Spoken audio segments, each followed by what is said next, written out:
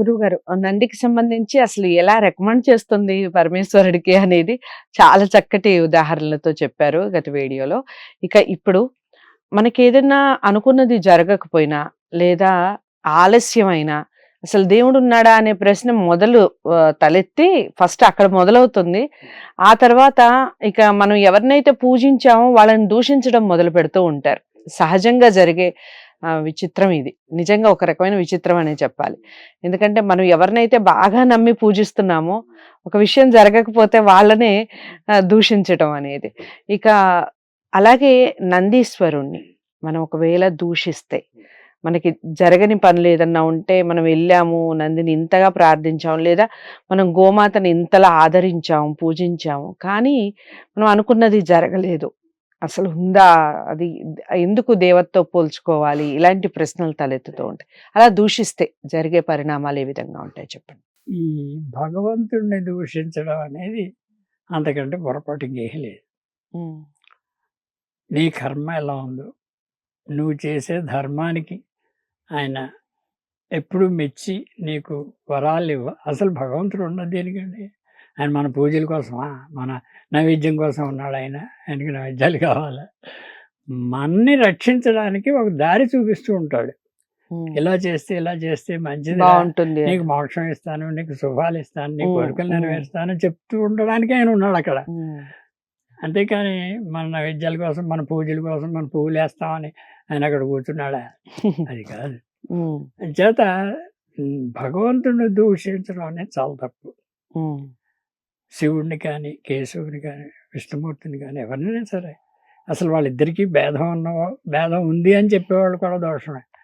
అంతా ఒకటే, అంతా భగవంతుని ఇచ్చ. అంచేత నందిని కూడా అలాగే దూషించడం చాలా తప్పు. దూషించకూడదు. నీకు ఎందుకు పనులు అవ్వట్లేదు అని అనలైజ్ చేసుకోవాలి. మనం ఏం చేసాం, ఎందుకు అవ్వటం లేదు మన పని, మన భక్తిలో లోపం ఎక్కడుంది అనేది తెలుసుకోవాలి. భక్తి అనేది ఏదో మనం హుండీలో డబ్బులు వేస్తేను ఇంకోటి రాదు. మనం పువ్వులు కొని, పళ్ళు కొని, 100 యాపిల్స్ కొని అక్కడ పట్టుకు వెళ్ళి ఇచ్చాం. ఆ డబ్బు ఎవరిచ్చారు? భగవంతుడు. ఆయన ఇచ్చిందే. ఆయన ఇచ్చిన డబ్బు ఆయనకి ఇవ్వడానికి గొప్ప ఉంది మనకి. చాలా బాగా చెప్పారండి. అది ఏం ఉపయోగం లేదు. భక్తి ముఖ్యం. ఆయన్నే నమ్ముకొని ఆయన్నే ప్రార్థిస్తే భక్తే ముక్తికి మార్గం అంటారు. భక్తి ఈ వీడికి ఎన్ని డిగ్రీలు ఉందని కొలుస్తాడు ఆయన. భక్తి ఎలా కొలుస్తారంటే మనం చేసే పనులను బట్టి, మనం ఎలా ప్రవర్తిస్తున్నాం, న్యాయం ధర్మం ఎలా ఉంది అని అనుకుని ఆయన మార్కులు వేస్తాడు మనకి.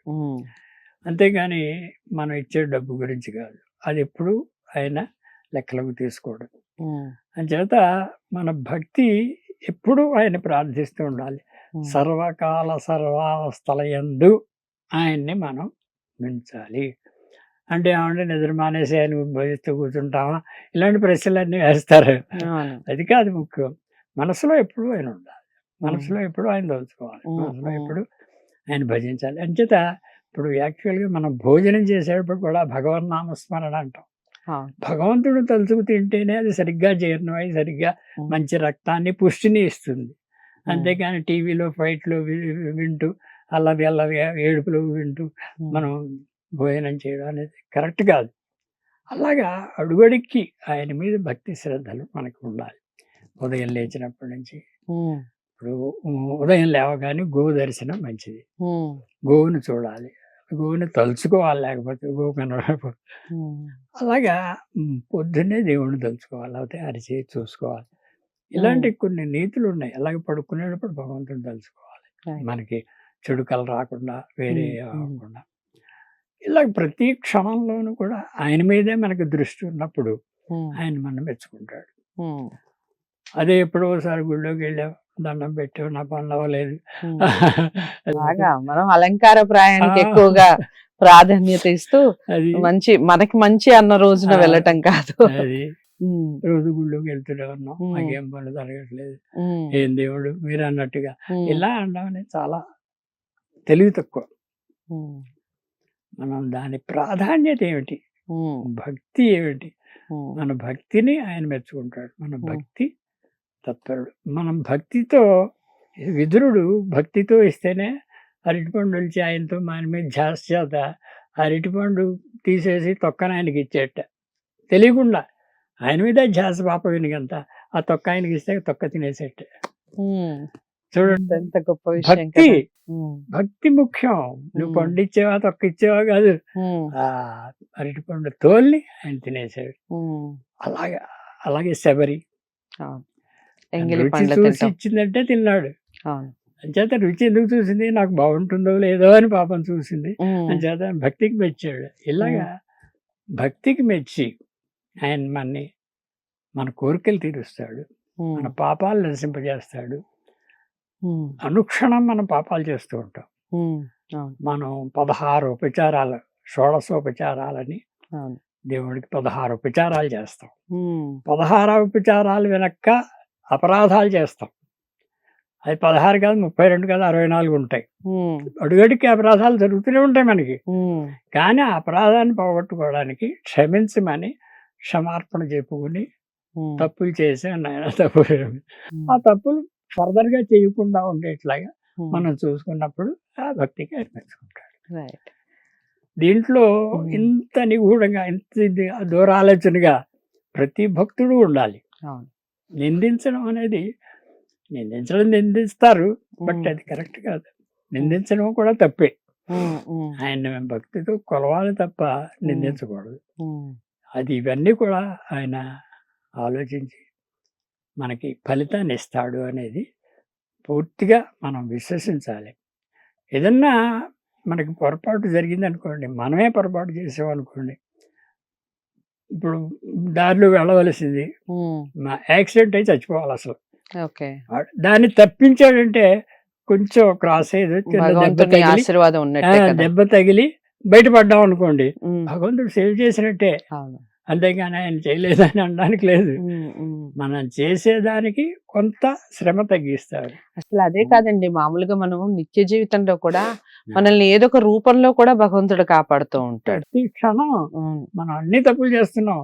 అండ్ ఈ చీపురుతో ఇల్లు తొడవడం తప్పు, గ్రైండర్లు వేయడం తప్పు. అంటే ఎన్నో క్రిములు నాశనం అవుతున్నాయి. అన్ని తప్పులే మనం చేసేవి. రాత్రి నిద్రపోయినప్పుడు గాలి పీలుస్తాం, దాంట్లో ఎన్ని జీవులు పోతున్నాయో మనకు తెలియదు. దోమలు చంపేస్తాం, నల్లుని చంపేస్తాం, అన్ని పాపాలే. అంతేకా, అసలు దోమ ఏమిటి, దాని బతికేమిటి, మళ్ళాగే అదొక ప్రాణి. నువ్వు ఎవరిదైనా రక్తం పీల్చుకు బతకమన్నాడు దాన్ని, అంతేకాని దోమ చంపేయమని అనలేదు మనని. కానీ మరి దానికి ప్రాణహాని కలుగుతుందన్న భయంతో మనం చంపేస్తాం. మనం ఎలా ఆహారం సంపాదించుకుంటాం అలాగే ఆహారం సంపాదించుకుంటాం. అంచేత దాన్ని పాలద్రోలాలు కానీ చంపకూడదు న్యాయంగా. సో చంపుతాం, అవి తప్పే. సో ఇలాగా అడుగడుగుని మనం తప్పులు చేస్తూనే ఉంటాం. దానికి క్షమాపణ చెప్పుకుంటూ దానికి మనం ఆయన్ని ప్రతిఫలం కోరి ఇలా చేయాలి, ఇలా చేస్తున్నాం, తప్పులు చేస్తున్నాం, క్షమించమని అపరాధ స్తోత్రం ఉంటుంది ప్రతిదానికి. అపరాధాన్ని మన్నించమని ఆయన వేడుకోవాలి తప్ప మనం ఏదో జరిగితే ఆయన తప్పు చేశాడని, ఆయన మనకి చేయలేదని అనుకోకూడదు. ఆయన మీద మనకేమన్నా పగ, ఆయన మీద ఒకళ్ళ మీద ప్రేమ, ఒకళ్ళ మీద పగ ఉండదు కదా. మనం చేసే పనులే వాళ్ళు మెచ్చుకుంటారు, అంతే.